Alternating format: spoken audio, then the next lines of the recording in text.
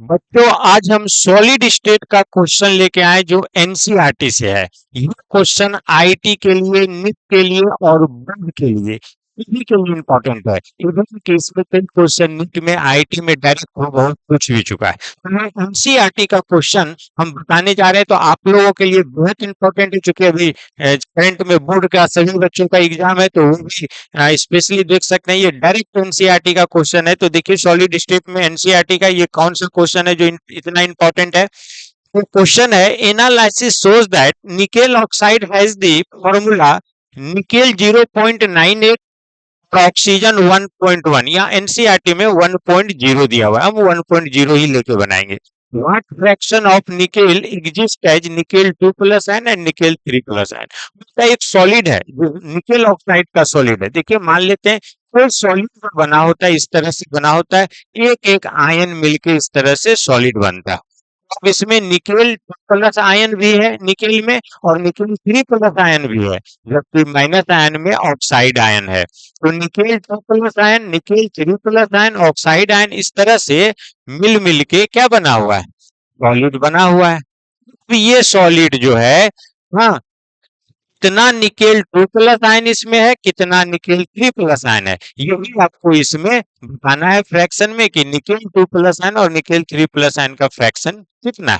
तो आइए हम लोग देखते हैं कि यहाँ पर जैसे दिया हुआ है कि पर 100% अगर हम लोग ले लें तो इसका 98% है निकेल का।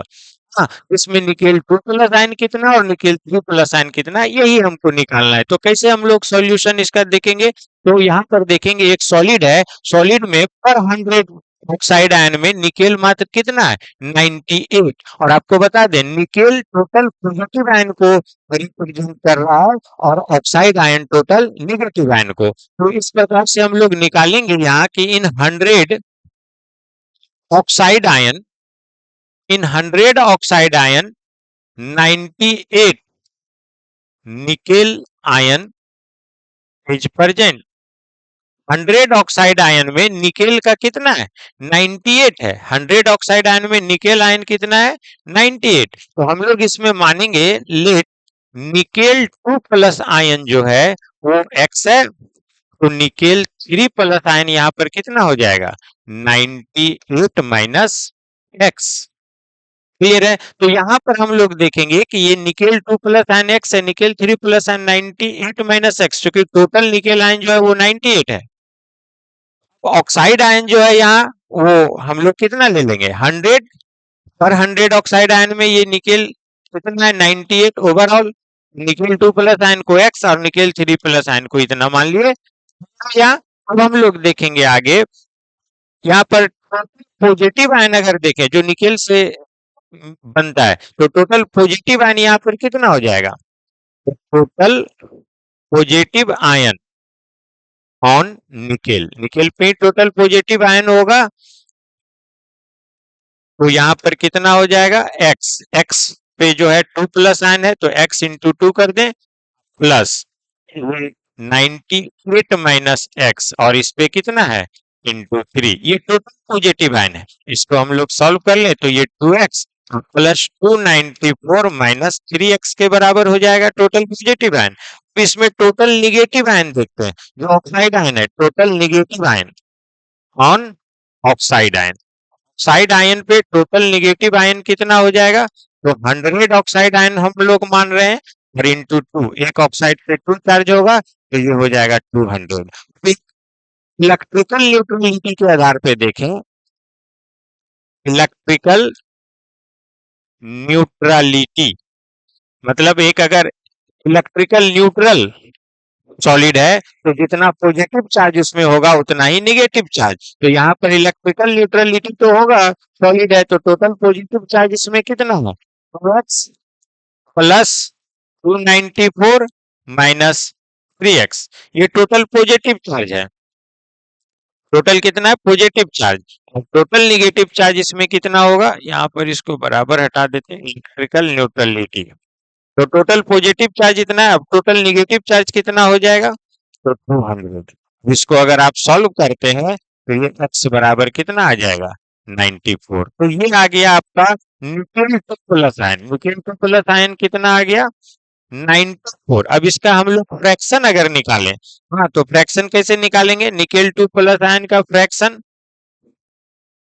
तो ये फ्रैक्शन जो हो जाएगा वो हो जाएगा आपको, टोटल निकेल 94 आया है और टोटल निकेल है कितना 98, nickel 2 plus ion 24, total nickel जो चार्ज है 98 है इंटू 100, यानी इसको हम लोग लिखेंगे तो 96 आ जाएगा। परसेंटेज में अगर हम लोग कर दिए इसको निकाल लिए तो 96% आ जाएगा, और फ्रैक्शन में लिखेंगे तो यही 0.96 आ जाएगा। ठीक है, और इस तरह से अगर निकेल 3 प्लस आयन का हम लोग देखें तो निकेल 3 प्लस आयन का क्या हो जाएगा, तो निकेल 3 प्लस आयन, अगर निकेल 2 प्लस आयन 96% है तो निकेल 3 प्लस आयन 100 में कितना हो जाएगा 4%, और फ्रैक्शन अगर देखें तो यही कितना हो जाएगा 0.4। तो इस प्रकार से आप निकेल 2 प्लस आयन और निकेल 3 प्लस आयन का फ्रैक्शन या परसेंटेज निकाल सकते हैं। हो रही है क्वेश्चन। तो हम नेक्स्ट क्वेश्चन देखते हैं। इसी चैप्टर का नेक्स्ट क्वेश्चन देखिए, ये आपका नेक्स्ट क्वेश्चन है।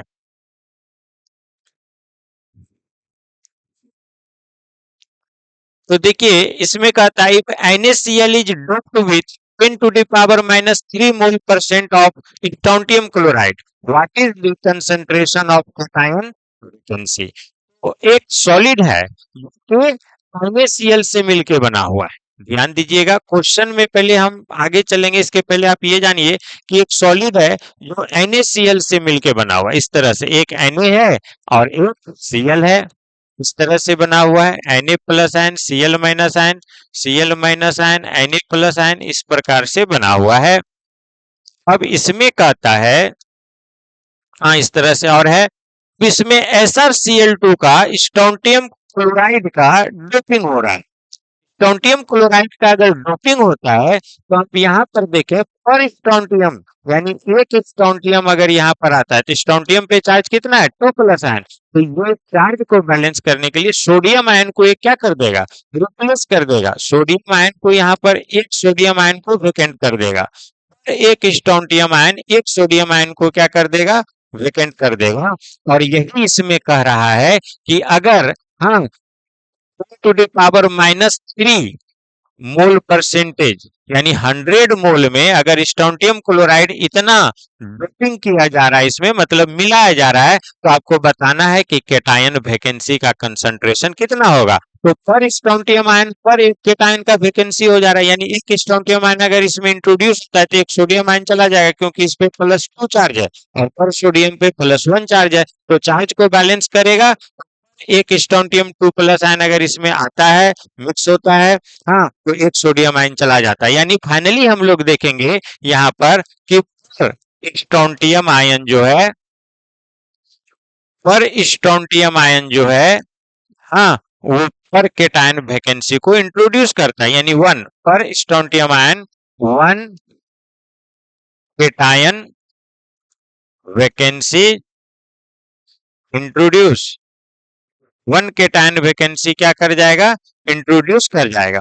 तो इस प्रकार से हम लोग यहाँ सॉल्यूशन करेंगे कि 100 mole of NaCl, 100 mole of NaCl में इंट्रोड्यूस हो रहा है, हाँ 100 मोल ऑफ NaCl यहाँ पर कर देते हैं, in 100 mole of NaCl introduce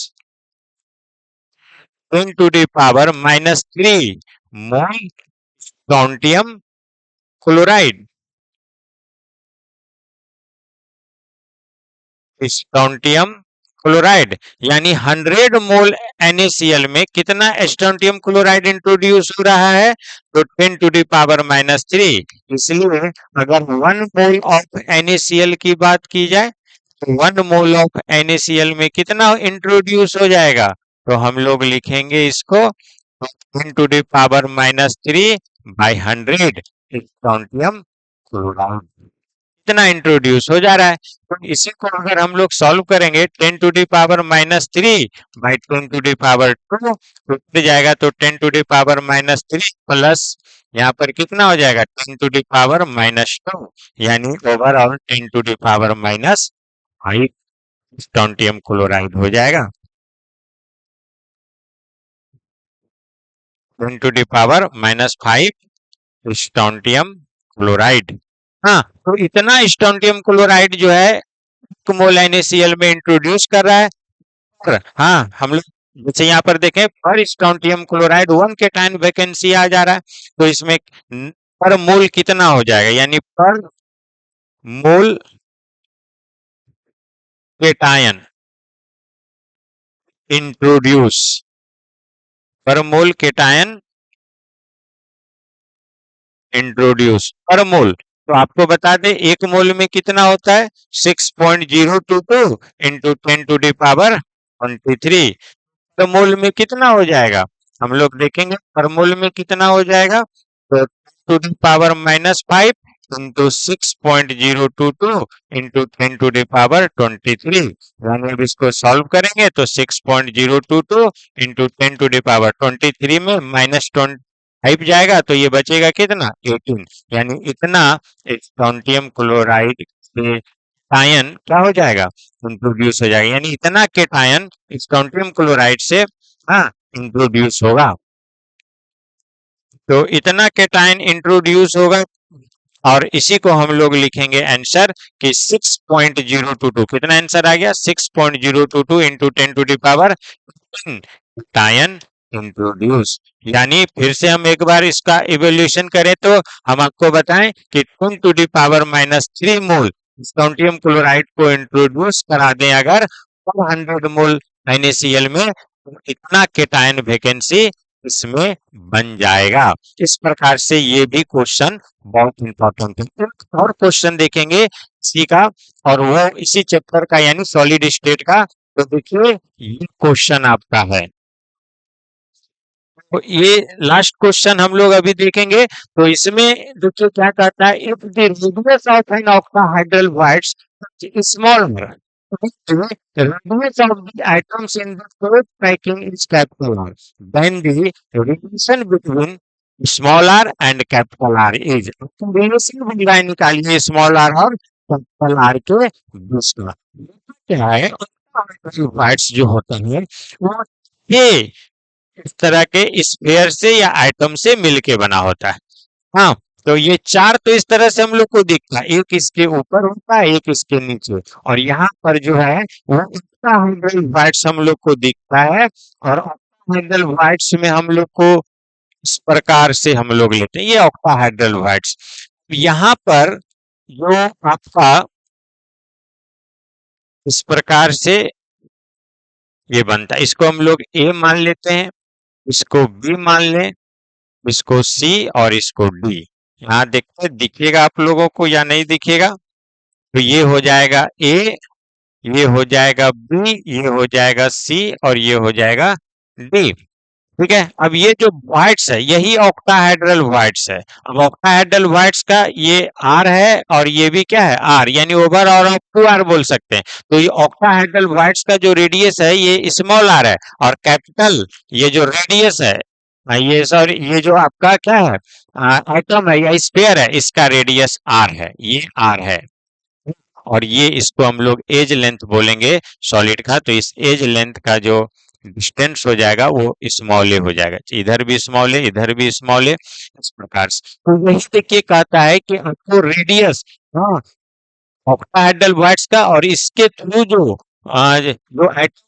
जो स्फीयर इन्वॉल्व हुआ है इसको बनाने के लिए दोनों का रेडियस का रिलेशन बताना है। तो दोनों के रेडियस का रिलेशन क्या हो जाएगा, हम लोग यही देखेंगे। तो दोनों का रेडियस का जो रिलेशन है यहाँ पर पूछा जा रहा है कि कौन सा इसमें ऑप्शन सही है। ठीक है, तो यहाँ पर हम कैसे निकालेंगे, फिर से एक बार हम क्वेश्चन समझते हैं। कहता है if the radius of an octahedral voids, octahedral voids का रेडियस को स्मॉल आर माना गया है, and the radius of the atom in close packing is capital R, यानी इस स्क्वायर या इस एटम का जो रेडियस है वो क्या है कैपिटल आर। तो आपको बताना है दोनों के बीच का रिलेशन क्या होगा। तो हम लोग यहाँ पर देखते हैं, ये आपका सॉल्यूशन में हम लोग एक ट्रायंगल लेते हैं ए बी एंड सी। देखिए ट्रायंगल में ए बी एंड सी, इसमें ये देखिए क्या है एच है, एच बराबर क्या हो जाएगा, जो एसी से हम लोग इंडिकेट किए तो एसी का फॉर्मूला यानी एच का फॉर्मूला जो हो जाएगा वो पी स्क्वायर प्लस क्या होता है बी स्क्वायर। तो यहाँ पी स्क्वायर के जगह हम लोग क्या लिख लें, पी स्क्वायर के जगह बी सी ए बी, यानी हम लोग यहाँ पर लिख लें ए बी स्क्वायर प्लस यहाँ पर क्या हो जाएगा बी सी स्क्वायर। हाँ, पढ़े होंगे आप लोग ये ट्रायंगल में formula.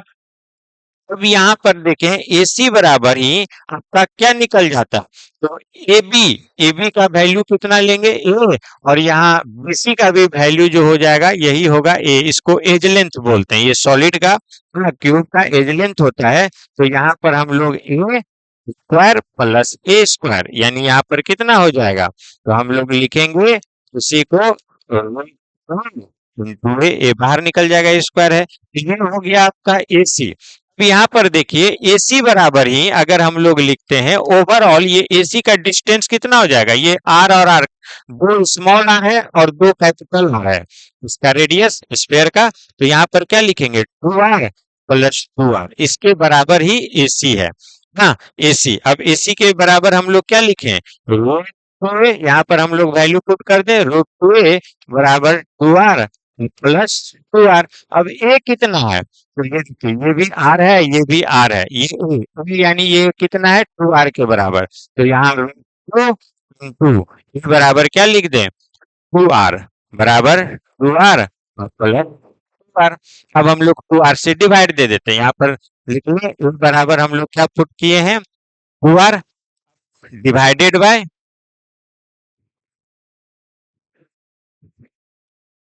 2R on both side, दोनों साइड हम लोग 2R से क्या कर दें डिवाइड कर दें। तो डिवाइड करने पे क्या हो जाएगा, तो देखिए root two into 2R bye 2R बराबर यहाँ पर 2R bye 2R plus 2R bye 2R। तो हम दोनों साइड 2R से डिवाइड दे दिए, ये 2R कैंसिल हो गया, बचा कितना, ये तो 1 plus 2R bye 2R, 2 cancel हो जाएगा, बचेगा कितना, तो हम लोग लिखेंगे यहाँ पर बच गया R बाय R। इसको हम लोग इधर लेके चले जाते हैं 1 को, और रूट टू का वैल्यू कितना होता है 1.414, इधर आ जाएगा 1 तो -1 हो जाएगा, बराबर बच गया कौन सा small r by capital R, यानी इसका जो रिलेशन है वो 0.414, यहाँ पर 411 हो गया 414 लिख लेंगे। तो यहाँ पर 414 equal to R by R। अब इसको क्रॉस मल्टीप्लीकेशन कर दें तो R बराबर क्या हो जाएगा 0.414 इंटू कैपिटल R, यही रिलेशन हो गया। देखते हैं इसमें से कौन सा आंसर है, तो ये R बराबर देखिए यही फर्स्ट में ही आंसर है आपका, और यही आपका क्या हो जाएगा आंसर हो जाएगा। तो इस प्रकार से आप इसका रिलेशन निकाल सकते हैं। तो ये समझ में आया या नहीं आया, कैसा लगा, तो वीडियो में कमेंट करके हमको बता सकते हैं। के लिए गुड बाय।